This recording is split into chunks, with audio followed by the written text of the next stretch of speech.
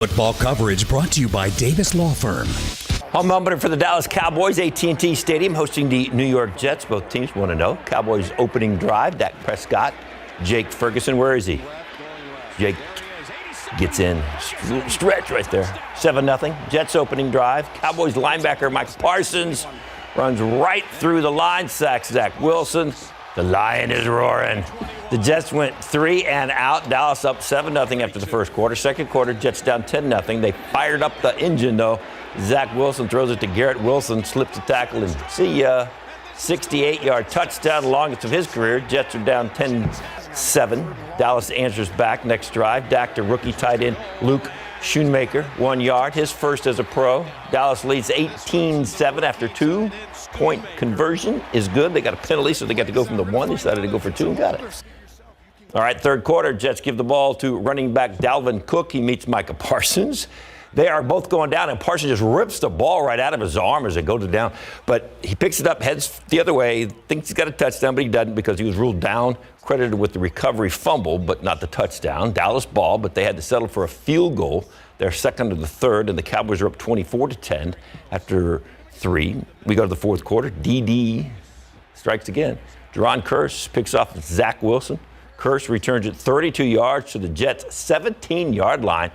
Once again, Dallas held to a field goal, extending their lead to 30-10. Couldn't score, but 6 points off of 4 turnovers. Wilson had no chance yesterday afternoon. Less than 7 minutes in the game. Parsons sacks him again, his second on the day, the third for the Dallas D. So let's check out the final for you with those 4 turnovers. Cowboys win it, though, 30-10. Cowboys will hit the road next week, take on the Arizona Cardinals Sunday at 3:25 at State Farm Stadium in Tempe. All right, down the highway to Houston, Texans had their own home opener at NRG Stadium, hosting the Indianapolis Colts. Quarterback Anthony Richardson, the 4th overall pick, right to work, dancing in the open field. A couple moves right there, like that, touchdown. That made it 14-0 Indy. Houston then put up a drive. C.J. Stroud, back to pass, finds Nico Collins in the back of the end zone. Got it. Touchdown, Stroud's first TD of his NFL career. Anthony Richardson had to leave the game with a concussion in the second quarter. The thing he suffered during that last touchdown run.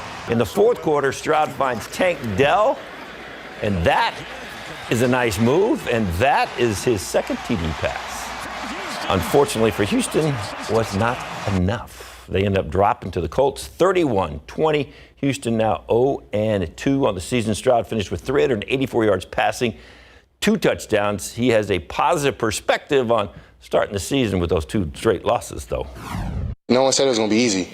You know what I mean? Like, I think the hope that we brought the city from the draft and from all-season moves and everything, like, it got the buzz going, and I think that was great. And I think it should continue because this team we're a couple plays away, man, from winning a lot of games here, and I don't think that it should be easy. All right, so CJ and his crew will be in Jacksonville next Sunday to take on the Jaguars. Both teams now 0-2, so something will give. I think Tank has got the absolute perfect name for a football player. It's a good one, isn't it? Yeah. I like that. Tank. New today at 5. For years, doctors have been recommending that you lower your salt intake. But when you cut the salt, you also cut an important mineral in your body that your body needs, iodine. We're going to tell you how to get rid of the sodium and still get your serving of iodine today after Entertainment Tonight.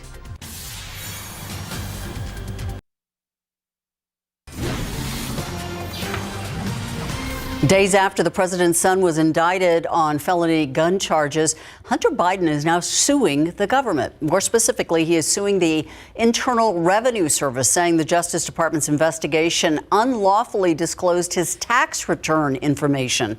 The Biden lawsuit centers around disclosures made by 2 agents and their lawyers who blew the whistle in public statements, congressional testimony, and in interviews. Those whistleblowers said they were stopped from fully investigating the younger Biden with the DOJ.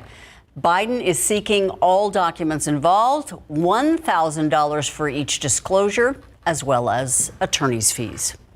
A cyber attack could make it harder to find some cleaning products. Clorox says an attack is causing wide scam disruptions. The company says it detected unauthorized activity in some of its information technology systems last month. Clorox says it immediately worked to stop the hackers. It included reducing its operations. So as a result, Clorox says some of its products are in short supply. The company hadn't said which products were impacted, though. Clorox also says it expects to begin the process of returning to normal operations next week. However, they don't know how long it'll take to resume full production. Auto workers are holding their ground at picket lines in 3 states. The targeted strike is taking aim at all 3 big car makers, but not at all plants. ABC's Terry Moran brings us up to date on the negotiations, and he tells us why both sides remain far apart. Nearly 13,000 auto workers are back on the picket lines as the United Auto Workers Union battles America's big 3 car companies over wages and benefits.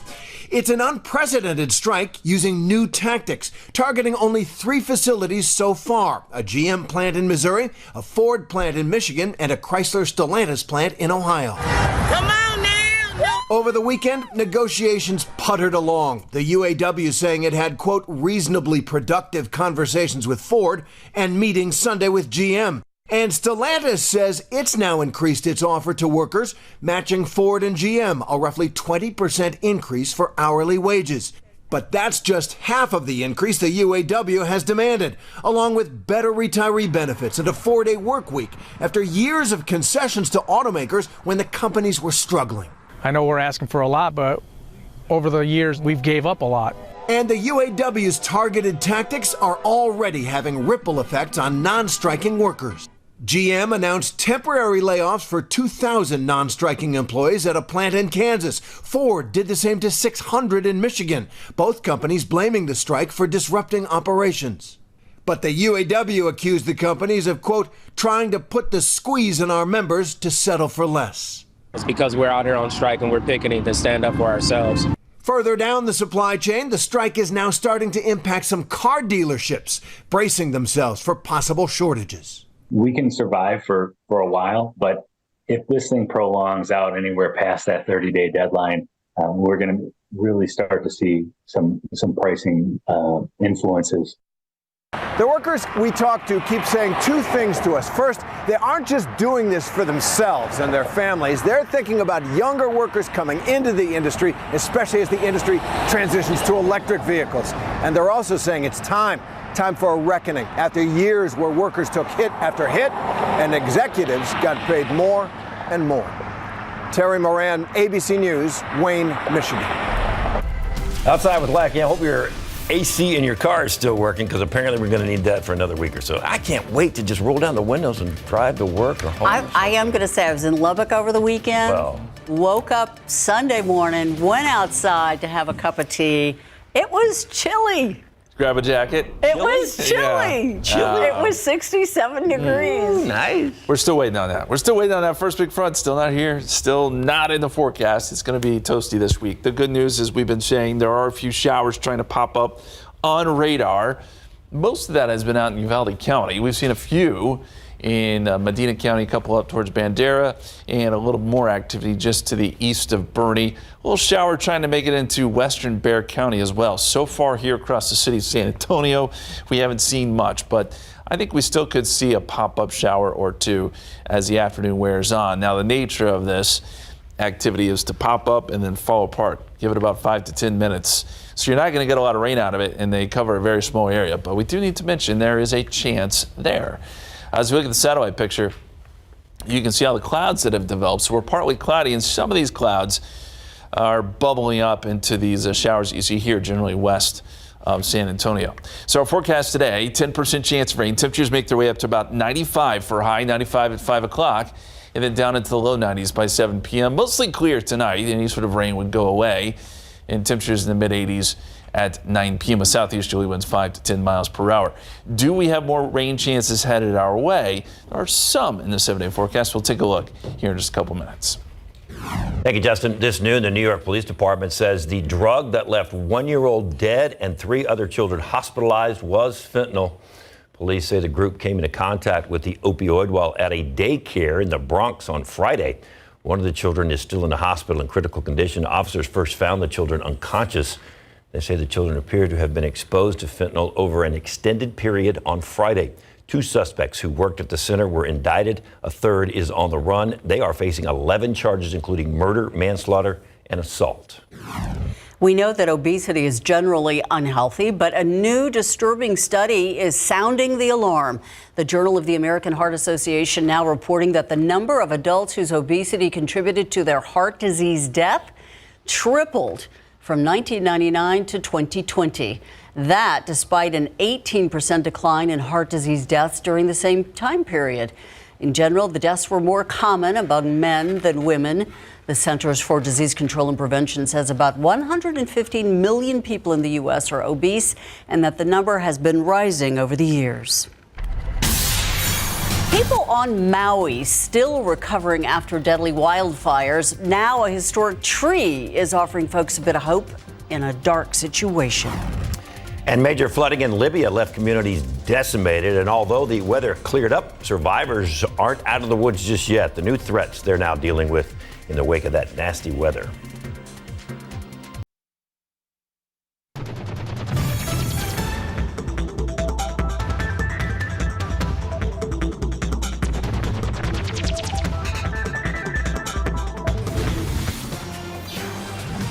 Thousands still missing after that catastrophic flooding in Libya. Entire neighborhoods absolutely destroyed.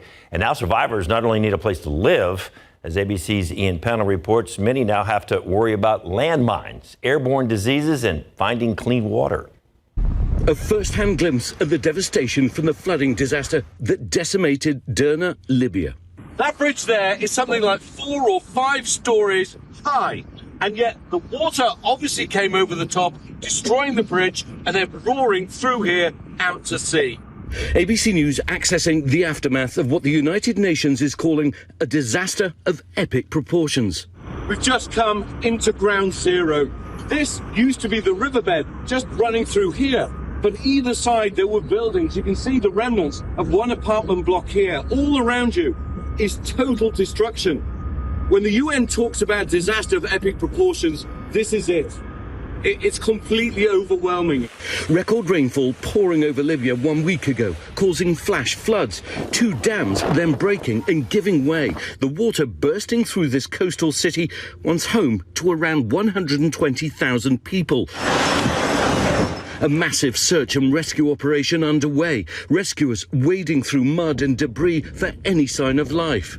Survivors have lost their homes, their waters unclean, their land riddled with landmines loosened by the flood, and now they face the risk of airborne disease. What's happening is that chemicals are being sprayed around the city because there are so many bodies, so many people still under the rubble, and there are real fears about disease.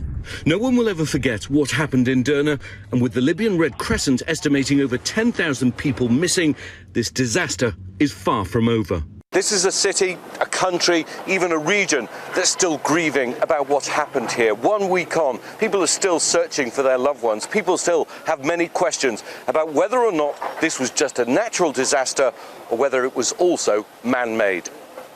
Ian Pennell, ABC News, in Derna, Libya. Signs of life sprouting from a 150-year-old banyan tree in Lahaina, Hawaii, more than a month after it was left charred by Maui's deadly wildfires. This historic tree was considered an integral part of life and history in Lahaina. Its branches, leaves, and vines stretched an entire city block, and it stood more than 60 feet tall. Imagine that. This tree left smoldering and badly scorched by that wildfire that killed 97 people. But last week, green shoots of hope. The Hawaii Department of Land and Natural Resources posted a video that shows that this tree is already sprouting leaves. It's amazing. I've seen it in person when it was fine. I can only imagine how hopeful people are that it will survive. Yeah, it is pretty wild that a lot of those banyan trees made it through the fire. Now, it looks like things are looking better and better, at least for the trees, sprouting some green shoots there. 89 so far today, 72 the low this morning. The average is 90. We're going to be above average, that's for sure, because we're only a degree away. The record is 99, set back in 2019. I don't think we get there, but we're going to be flirting with some records next couple of days. We'll look at that forecast coming up.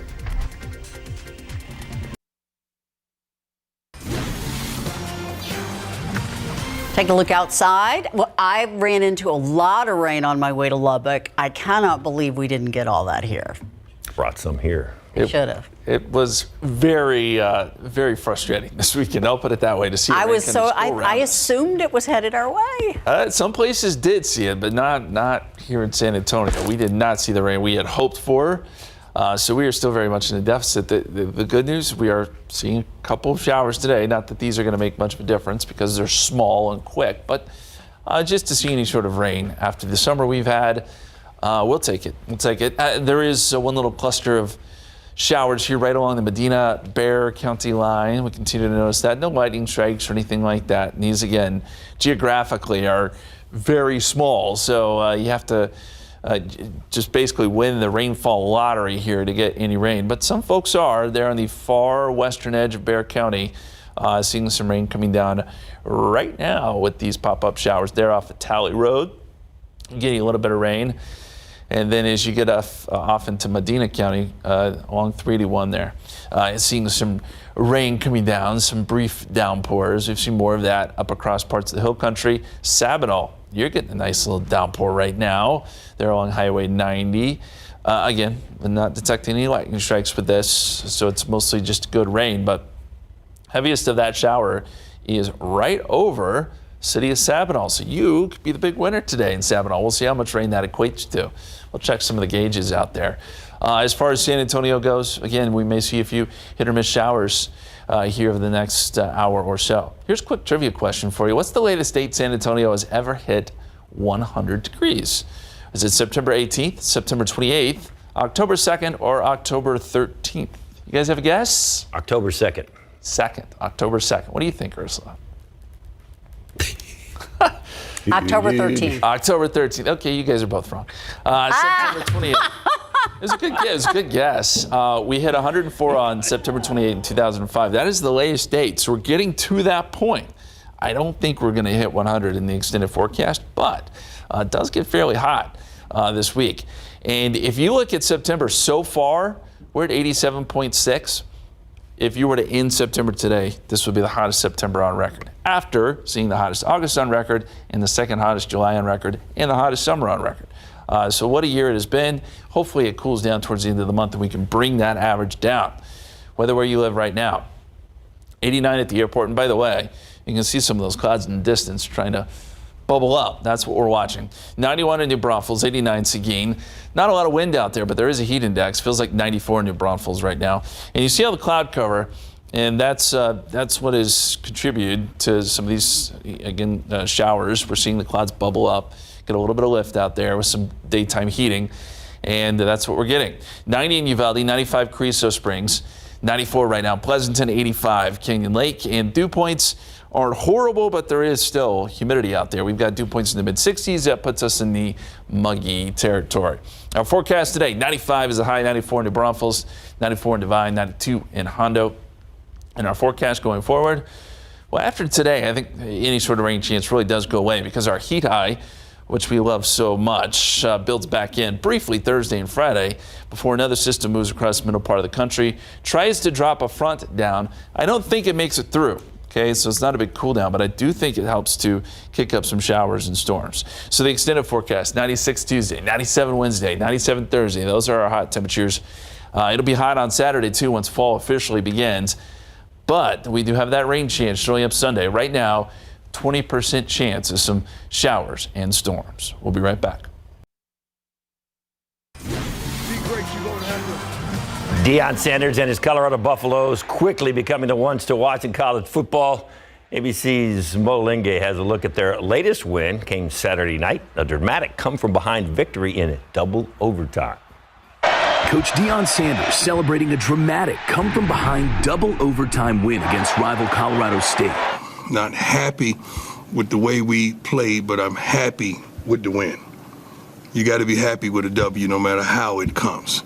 A fourth quarter 98-yard drive led by quarterback Shedeur Sanders, one of the coach's two sons on the team, setting up the first overtime. To be great, you're going to have to be resilient. The team now 3-0 and the program revitalized after a near total purge of last year's roster, led by NFL Hall of Famer Coach Prime. We showed that we had no surrender or give up in us. As Quint just reported, done for the night. This was the hit that he took. The Buffaloes face number 10 Oregon next week without star wide receiver and cornerback Travis Hunter, who left Saturday's game after a hard hit, resulting in a penalty. One of Colorado State's 17 during the game. Hunter was taken to the hospital. He probably is going to want to be out for 2 weeks. But we got to make sure his health is more important than his game. For a team that won just one game last year, they've already sold out 5 home games this season, one of the hottest tickets in the country. Well, still very early in the season, a lot of football left to play, and the stakes really only get higher from here for Coach Prime and his Colorado Buffalo. They'll play at 10th-ranked Oregon next week, and then they'll host the 5th-ranked Southern California Trojans the following week. Mola Lengi, ABC News, Boulder. All right, we know somebody else is undefeated. Who? Mike and Fiona. They've never lost anything. They haven't lost a show, haven't lost It's any. true. Nothing. But they At times we lose our marbles, but What she said. Yes, indeed.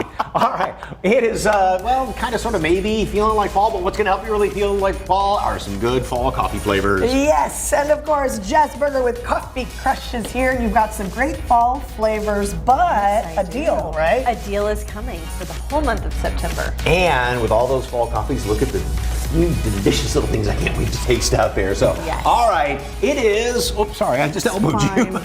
It's not used to me being back, okay? I got to talk with my hands. National Cheeseburger Day. National Cheeseburger Day, so we want to know what kind of cheese do you like on your cheeseburger? Now you. Okay. Scan that QR code. Now it's your turn. Now, Jen, hi, help us.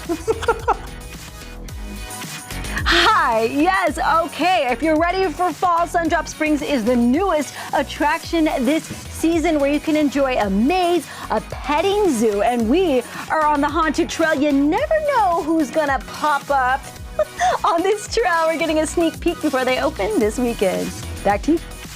Okay, that thing's pretty cool looking. Hey, we have a mermaid in the house. That's right. We're going to tell you all about the Mermaid Festival. And I had no idea Nearby City is the mermaid capital. Just right at 5:35, we will tell you all about that and a whole lot more coming up on SA Live. Stick around.